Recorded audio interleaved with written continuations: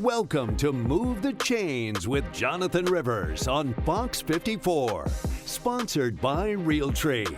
Here's your host, Jonathan Rivers. Let there be football. Welcome in to Move the Chains. I'm your host, Jonathan Bam Rivers. Alabama is now the number one team in the nation.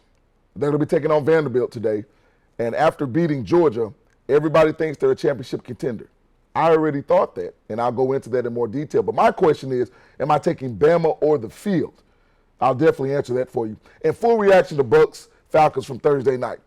This was a game that showed me the ceiling of two teams, but also there are a lot of things that really have me worried about Tampa Bay and Atlanta. And they're going to have to fix those issues if they want to be true contenders for an NFC South crown this season. And in my nonsense narrative, you think it's a passing league, don't you? If you watch the game Thursday night, 500 yards passing, 79% completion percentage by the quarterbacks, you'll think that it is, and I'm going to tell you why that's a nonsense narrative. And then the final drive, Jalen Milroe, I think, has the best coach for him right now, and that includes Nick Saban. All that and more right here on Move the Chains, but you know what time it is. Let's kick it off with first down. So let's go back a little bit. I picked Georgia to beat Alabama. Not apologizing for it. I was simply wrong. I did say, however, that who lost the turnover battle would lose that game, and that's exactly what happened. And looking at Georgia, the question is, why did they lose the turnover battle to Alabama? Because I told you Alabama was an explosive team. They were explosive through the air, and they were explosive on the ground with Jalen Milroe, Jam Miller, Justice Haynes, and they got the job done at home. But didn't it seem like Georgia tried to be Alabama explosive as opposed to being Georgia consistent? I think you saw it in the first quarter when Arian Smith dropped the bomb. Now, if he catches that ball, do things change? Possibly. My point is, Mike Bobo and Kirby Smart came in with a plan offensively. And after a bye week, I'll just tell you this. I've never seen a Georgia team look the way they looked off a bye week. Coming off a bye week or not. But Alabama knew who they were. They knew who they wanted to be, and they forced turnovers. Now, if you're concerned about Alabama because Georgia was able to come back, I'll just tell you it's college football. Does Alabama want to tighten up defensively, especially with the younger secondary that they have outside of guys, like Malachi Moore? Absolutely they do, but you've got a true freshman making a big play at the end of the game. But this is a game that is going to go a long way into who wins the national championship. Both teams will be there in my estimation. I told you this was like Baltimore, Kansas City to start the NFL season. Somebody had to win, somebody had to lose. So I wasn't going to lose faith in either program. However, I'm more surprised at Georgia coming in with the plan that they had than I was Alabama, because Alabama plan lived up to my expectations. But as I sit back and I think, and Alabama's now the number one team in the nation, the third number one team in the nation. Georgia started the year number one, then Texas took the spot for, a week or two, and now it's Alabama heading into play today. Am I taking Alabama or the field in terms of national championship contenders? And the truth is, I'm going to have to take the field. And this has nothing to do with Alabama. This is not me saying Alabama's not a national championship contender, because they are. This is me telling you that teams like Tennessee, teams like Texas, Oregon, Ohio State are also national championship contenders, and at some point during the season may have tougher odds and better odds, than Alabama does. And I want to specifically talk about a team like Texas right now.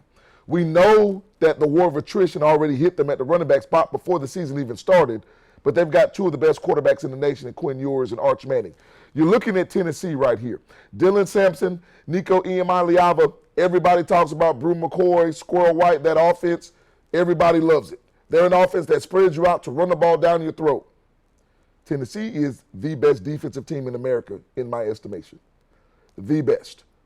And I've said this on this show before. I can't look at any metric and find them outside the top 10. NC State posed no issue. Oklahoma posed no issue, and that was with Tennessee dealing with turnovers on the offensive side of the football. This is going to be a year, especially because the playoff is expanded to 12 teams. That's going to be what you want.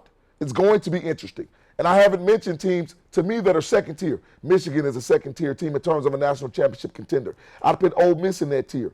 Possibly USC, whom I still have questions about, because I think if you need to run the ball against USC, even though they know it's coming, you'll be able to do it. We saw Michigan do it, and USC's schedule does get tougher as the season progresses. Sort of like a team like Penn State. Penn State is undefeated currently in the top 10. But their schedule gets tougher, especially having to go on the road and play teams like a USC, and they still have Ohio State and Wisconsin on the road.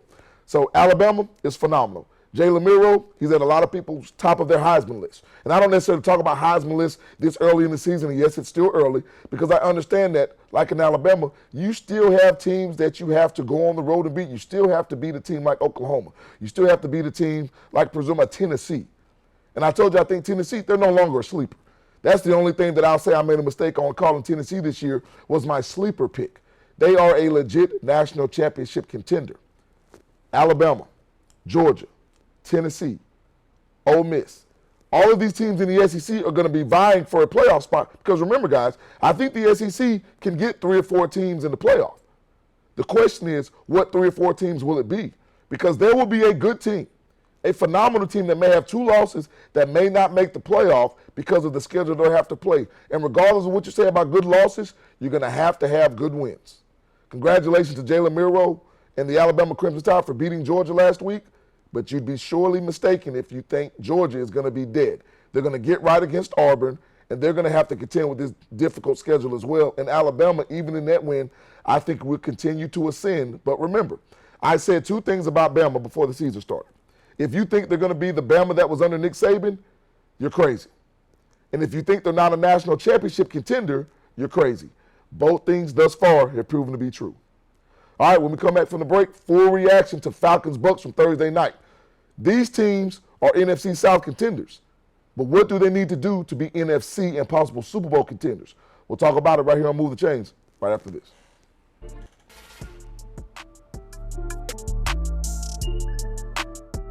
And we'll go back in to Move the Chains. And before we get to second down and I give you my full reaction from Bucs Falcons Thursday night, I want to take this opportunity, as always, to first thank my Lord and Savior Jesus Christ for the opportunity to host Move the Chains.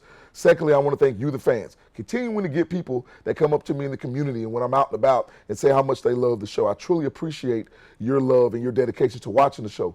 And last but not least, as always, I want to thank the best production crew in the business. Everybody gets the job done, and it's greatly appreciated. All right, so you know what time it is. It's time for second down.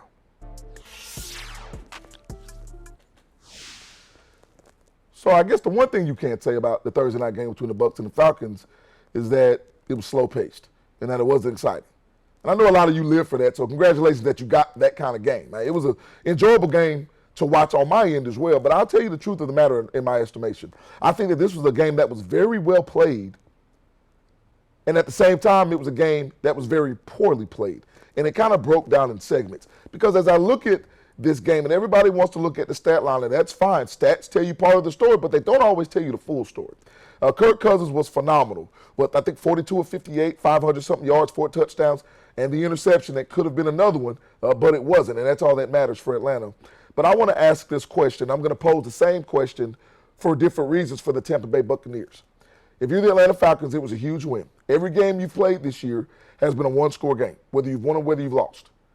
Do you want to live in that space? Sometimes you can't help it, right? I don't want to sit here and act as if winning in the NFL is an easy thing to do because it's not. Winning in the NFL, it's tough, ladies and gentlemen. So week to week, whatever you need to do to get the W, get it done. But my question is, do you want to live in a world where Kirk Cousins is dropping back 58 times to throw the football? That's the question I pose to you, because if it's a one-off, if you had to get it done to simply beat the Bucs, I understand that. And you'll see some video that comes up soon from this game Thursday night. I understand if you want to see a game where you have to throw it this many times just to get the W. But remember, we understand what this team is. This team has weapons. You see Drake London, who went off Thursday night. Kyle Pitts finally got untracked. But Atlanta has struggled stopping the run. The Bucs ran for over 150 yards, and they struggled getting pressure on the quarterback, albeit they did a better job in the second half of doing that. But if you're the Atlanta Falcons, I think back to when the Green Bay Packers came in back in 2010. I'm going way back, and beat Atlanta when Atlanta was the 1 seed, and Aaron Rodgers led that Packers team to win his only Super Bowl. And I always remember saying, ever since the Packers came in, the Falcons have changed their identity. Remember the days with the Michael Turners and the Roddy Whites and stuff where they were running the football first? That was their identity, and it did them well. And that's what the Falcons have tried to get back. But now because they have a quarterback who can help them win games like Kirk Cousins, I don't want them to think that they have to rely on him to drop back that many times. One is because you put him at risk of getting hit, as he did multiple times last night. The Bucs, of course, pressure people more than almost anybody in the NFL, and they were also getting home with 4. So Cousins was sacked 3 or 4 times as well. But he's also been mistake prone. This was a game that you want to bottle in terms of his performance, but still shrink the amount of times he has to throw the football. I think that's where you find a perfect match for the Atlanta Falcons. Now to the Tampa Bay Buccaneers. If you're Todd Bowles and his Tampa Bay staff, you're 3-1 coming into this game. In everybody's minds, the NFC South is a joke anyway, which I told you I think will be reversed on its head. I think this will be more of one of the competitive divisions in football, especially the Saints beat Kansas City Monday night. You have 3 teams in the division at 3-2. No other division will be able to say that. But if you're the Buccaneers and you're up 3 points with less than 6 minutes left and you have 2 opportunities to finish the game, one drive, Bucky Irvin doesn't secure the football, he fumbles because Jesse Bates, who's one of the best free agent signings over the past decade, in my opinion, for the Falcons, came through with 2 forced fumbles in that game, one they recovered. And then when you get the ball back after the Kirk Cousins interception with less than 2 minutes left and the Falcons having all 3 of their timeouts, you can't even stay in field goal range.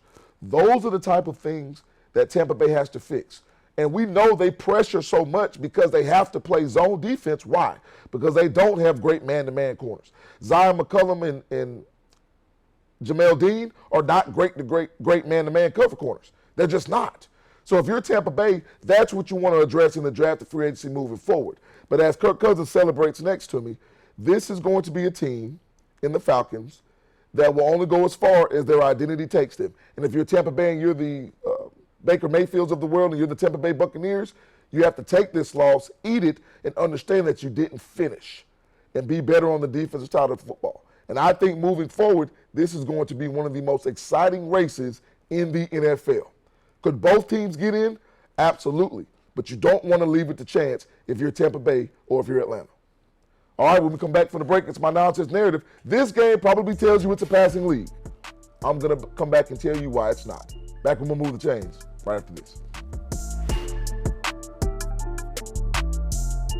Welcome back to Move the Chains, my favorite segment of the show. I just debunk stuff that I hear that I don't like and that I don't think is true. It's just that simple. So let's get into it. You know what time it is. It's time for the nonsense narrative.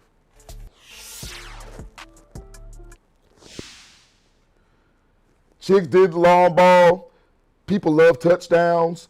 Offense wins championships, but you know it's defense wins championships, so we know that's not true. The NFL is a passing league. It's not. It's not. It once was, but now it's not. And you may ask yourself, well, what do you mean it's not a passing league? Why are these quarterbacks getting $55 million a year if it's not a passing league? My question exactly. They're getting $55 million a year because everybody assumes that you have to have a franchise quarterback, and some people actually misconstrue that because they think that just because they have a quarterback of their franchise, that they have a franchise quarterback. Truth be told, I told you in the last segment with the Falcons, you don't want 58 dropbacks or 58 pass attempts.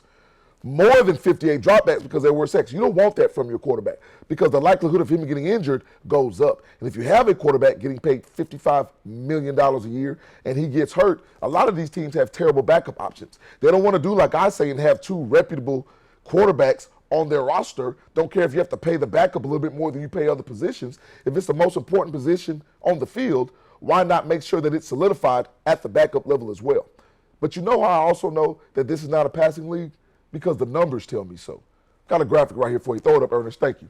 So average passing yards per game. And you see how the Atlanta Falcons are not even in the top 10. Now, this was prior to Thursday's game. So they may have cracked the top 10 now with that outlier of a performance.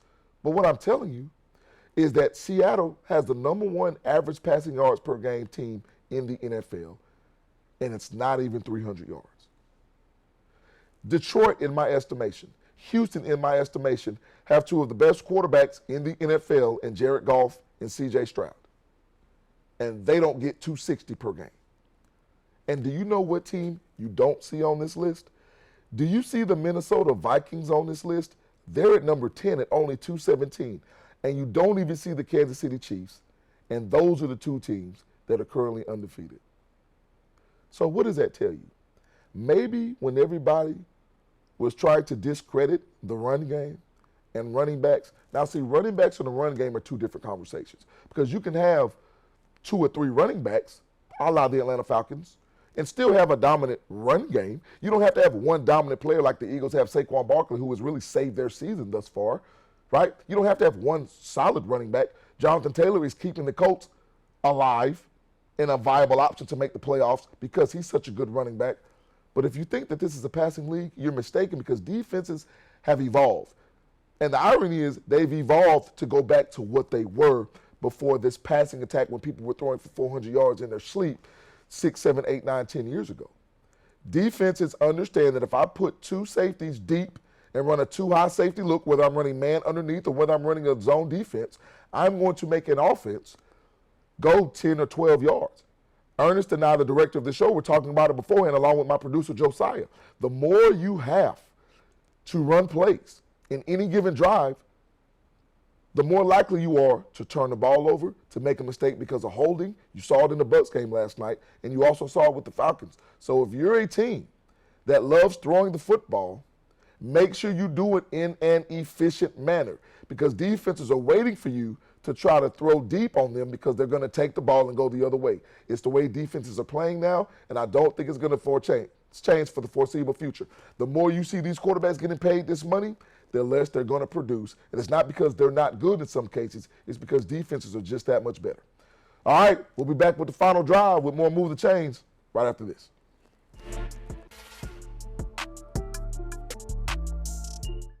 And welcome back in, ladies and gentlemen. You understand that this is the final segment of the show, so it's time for the final drive.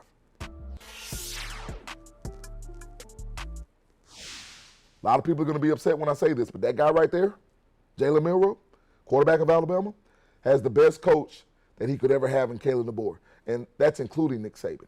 Now, don't get it twisted. Saban's phenomenal, best coach ever. But I think for this quarterback, from a confidence standpoint, from a schematic standpoint, and from just an understanding who you are, and I'm going to let you be you within the framework of this offense because you dictate how this offense goes, Kalen DeBoer understands that, and he understood it when he took the job at Alabama. Don't think that Jalen Milroe wasn't a huge reason that Kalen DeBoer came south. Alabama believes in this quarterback, and they believe in this head coach. Now, will they win a national championship this year? I do not know. They are one of the favorites, of course. They're one of the top 7 or 8 teams, in my estimation, to win a championship. But he's definitely happy, and is definitely showing up on the field.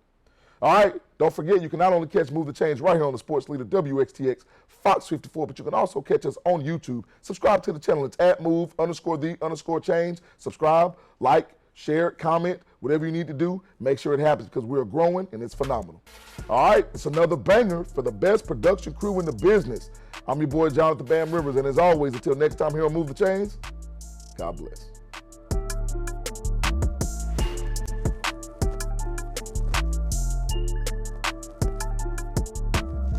I like how I did it with the B-roll right